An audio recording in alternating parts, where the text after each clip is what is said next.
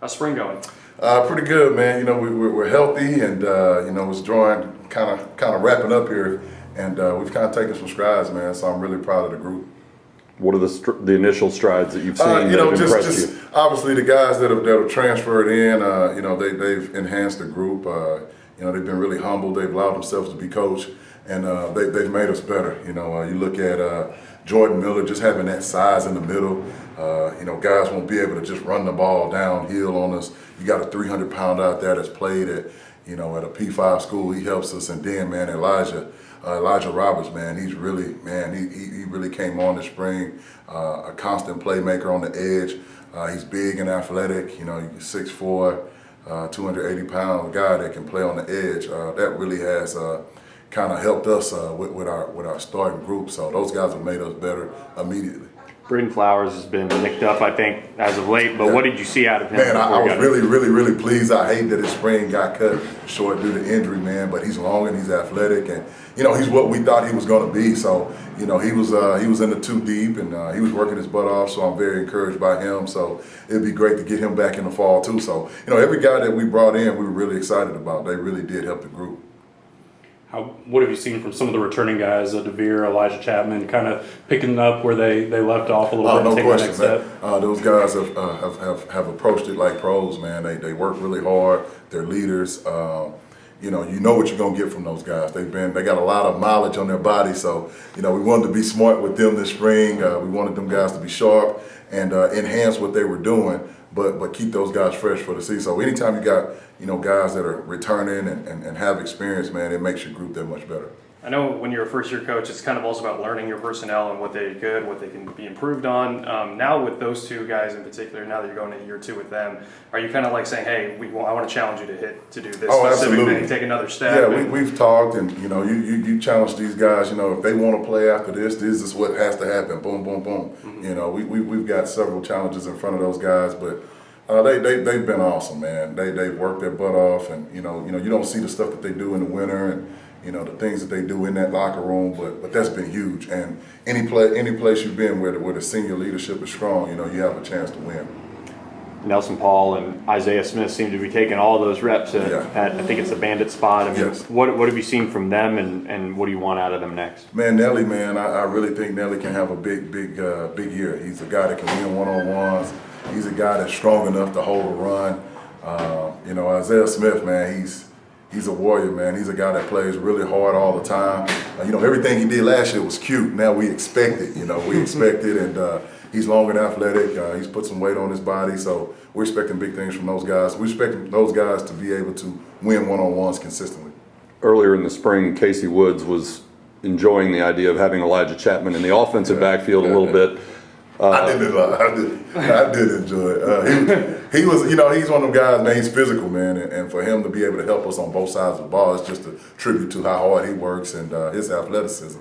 But I didn't enjoy it when he was coming down and smashing my DN, so, but man, it's really awesome for him to be able to, you know, get reps on both sides of the ball and be humble about it and make us better on both sides. You didn't have any objection or concern about stretching him too thin? I did, but you know, I think it helps us on the offensive side of the ball, and like I said, he makes us better, and we won't see a fullback like that, you know, versus anybody we play. So that's really been helpful for us. Kyle Cooper said that Elijah Roberts was kind of coming in with a chip on his shoulder. You know, what have you kind of seen in that regard? Have you seen him motivated? Oh, he's very motivated. Very, first one on the field. You know, always up in the office trying to get extra.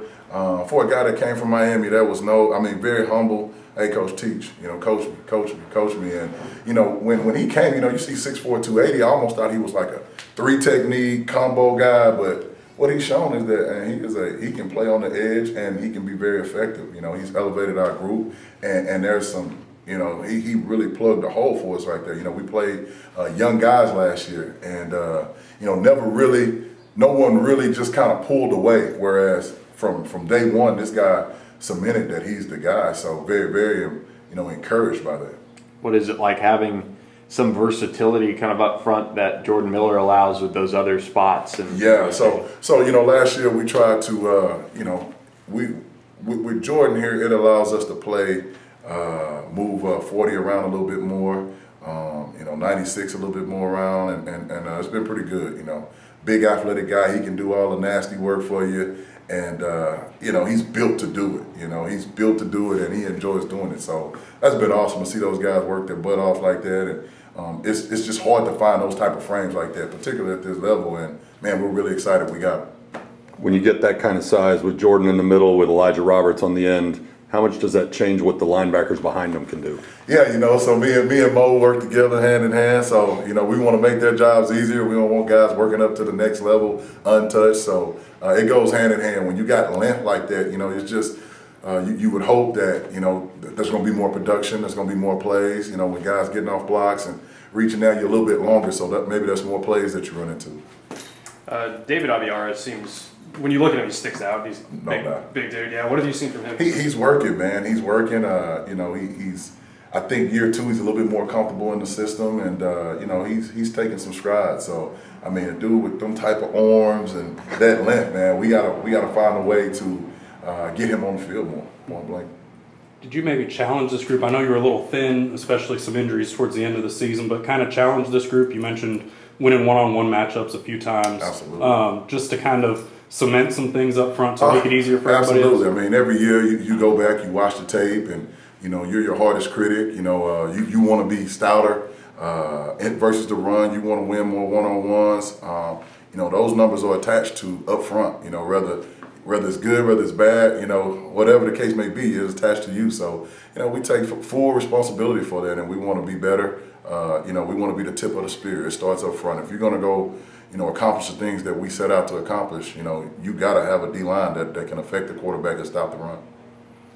How expansive do you envision the rotation? Just kind of, you know, it's still kind of undetermined. Ideally, I would love to have 7, 8 guys.